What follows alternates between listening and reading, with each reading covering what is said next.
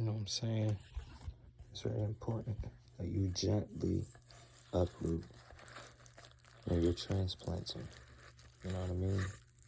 You want to minimize the chance for transplant shock to as little as possible. And I'm not gonna lie, I left some of the roots in there, but some of them did break off. Put this down. Some of the roots did break off in there, but that's gonna be all right. And that's actually a little bit preferable because these two pumpkin plants still have a good amount of their roots. Clearly see this, I forgot what this is. It's a bean or a lentil. Has still a good amount of its roots. Let's dig it a little hole. Sometimes it's good to like dig to the side so that it's less likely to uproot.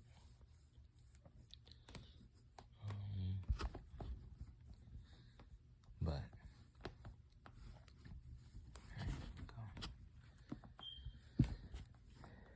You want to get them watered quick. You want to get them into the soil quick. And even if some of the roots do break off, you want to keep the main powerful root intact, because that's what's going to basically help you to keep the plant thriving. But even if some of the other smaller roots do break off, you see this soil is a little bit wetter. So maybe it's better to sort of water your plants before you get into transplanting them. I live in New York, so I've been learning about the Haudenosaunee for a while, the Native American, Iroquois, indigenous peoples. So I am trying to get a corn, bean, squash little situation going.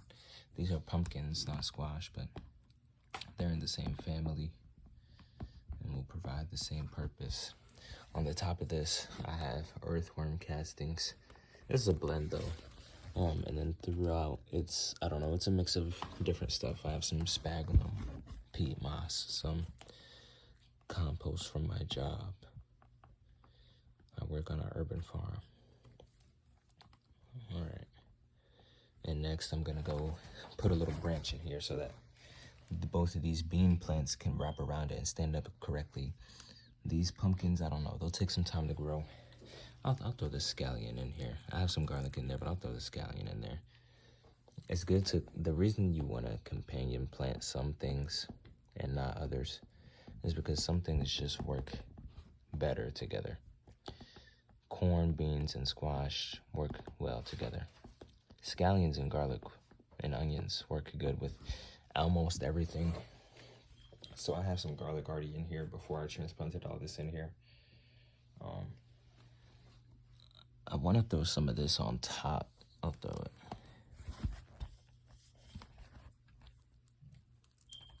Yeah. I'll just throw it up on the beans just to get some of the nutrition on them Jones. Ooh, that's a lot. All right.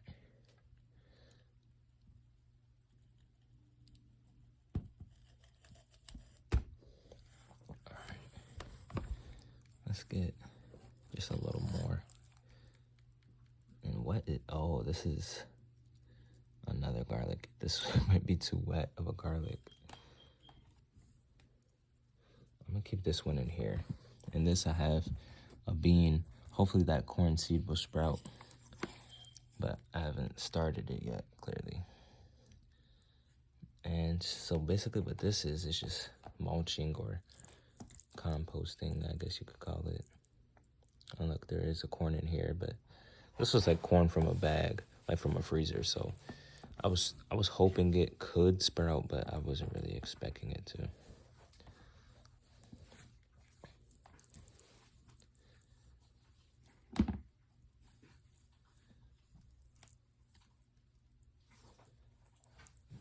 All right, now I'm about to go grab my stick to trellis or to have a wraparound for these beans.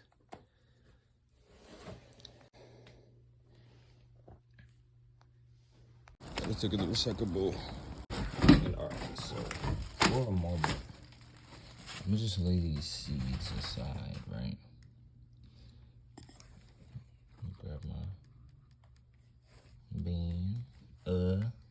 I'm saying? Let me grab my, wait, give me a second. My other bean. And let me grab my cone. You know what I'm saying? It's cone. And let me put this garlic up here. Alright, no more seeds in there, so. Ooh, actually. Let me just put it over the top of this or something. So, what we want to do is lay down a nice foundation. Alright. Because what we're going to do. Oh, I forgot to get the stick. It's alright. I mean, it's alright. Like, don't mind the house, man. Don't mind the house, man. We've been living here a minute. It's a fixer-upper. We've been fixing. And then now we actually about to move her outer. But I'm still a farmer armor, so, you know, I do my thing. Let me leave that there. Because, actually, should I just bring it with me? Let me do this first. Because what we need in it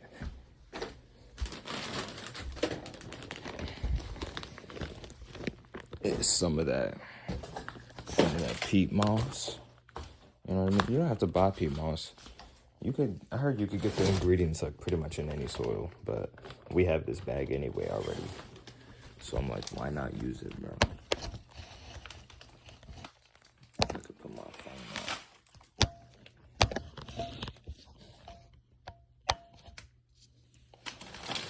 You don't have to buy peat moss, and you definitely don't have to buy some type of perlite, vermiculite, fast draining, you know what I mean? But I just have what I have, so I'm like, why not use what I have, bro? So we're just gonna make a little mix in here, you know what I mean? You already saw we put some soil in there.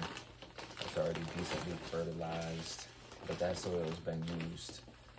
And the thing about farming, you don't have to amend your soil like too much and too often, but it's good to have a good cycle, especially according to what plants you use.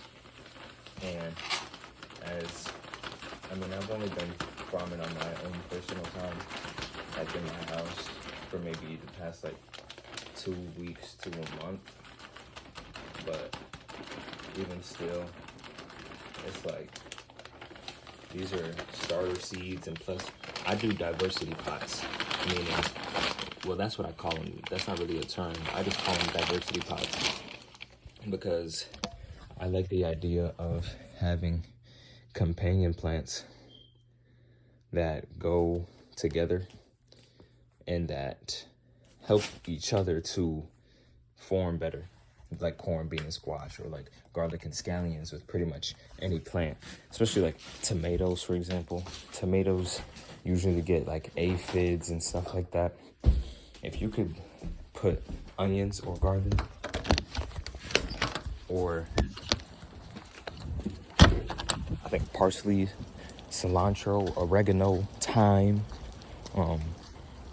there's a lot of things. Scallions, you could put those with tomatoes to deter some of the pests that tomatoes will attract, but that will clearly, you know what I mean, mess it up. So that's why I like companion planting so much. Plus, as an urban farmer, sustainability is a big part in everything we do. If you can't keep it sustainable, meaning not just the practices you use, but the resources available to you, then clearly at some point, you know what I mean, it's gonna drown out. But when you're keeping it sustainable and you're keeping a nice, not even just flow of things, but a nice like structure, you're able to keep it more intact. That's why I like the grow station I have set up. It helps me to have everything right there. I don't have to worry about such a big farm space that I'm like, oh, I don't know if I could take care of this. but it also gives me enough room to expand and to keep making more diversity pots so that I can sort of compact together what I make. But it's also ergonomically sound in the sense that the pieces that make that ecosystem or that habitat all feed into each other or all benefit each other, or at least won't take from each other as much as others would.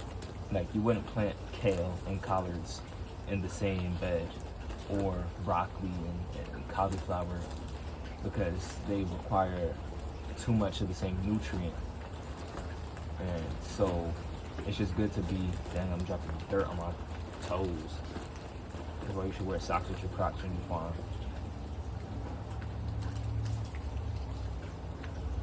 But yeah, so I'm just folding the dirt mix. This bag is like wet and it's like brick outside, so the soil is like a little bit stuck together. I'm gonna get one more scoop and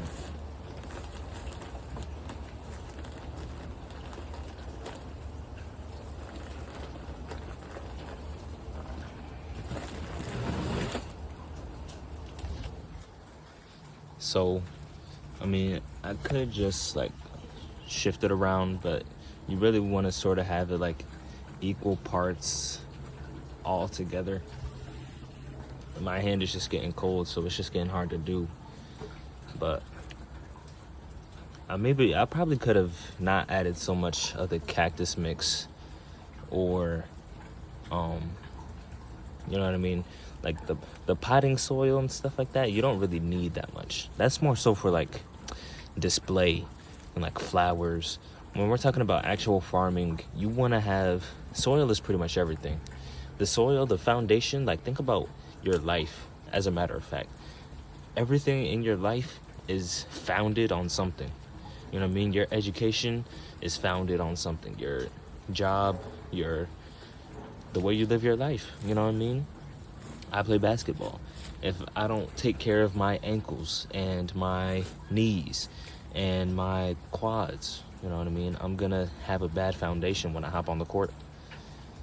A bodybuilder, same thing, they need a good foundation. So the foundation of a good soil will provide the nutrients that every plant needs to grow efficiently and flower, but also to keep that same nutrition as it starts fruiting and bearing the fruit or the vegetable that it's supposed to, according to its various kind. That's why God made everything the way it's supposed to be and did everything the way it's supposed to is. You know what I mean? Who care about speaking English correctly? You still understood what I said, and if you didn't, then I guess it wasn't for you. The ears that'll hear will hear. But what I'm saying is, as long as you laying down the foundation for it to have and receive what it needs to have and receive, you're gonna reap what you sow. So I'm just trying to make a good, even mix, a good foundation. Y'all might say I'm chatting, but you can't say that I'm capping. Even while I'm yapping. But I think this is good. And then what I'm trying to do now is I'm gonna go back, put my seeds in here.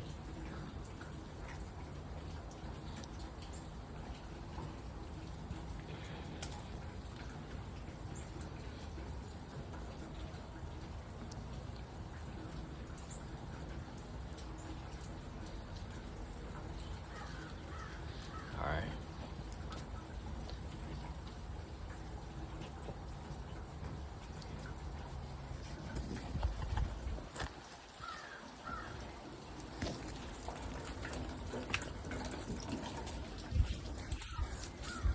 I forgot we still do need a stick. I had a designated stick, but I'm sort of like, do I want to use that, or do I just want to grab a stick? Because, bro, it is brick. You see that? Brick.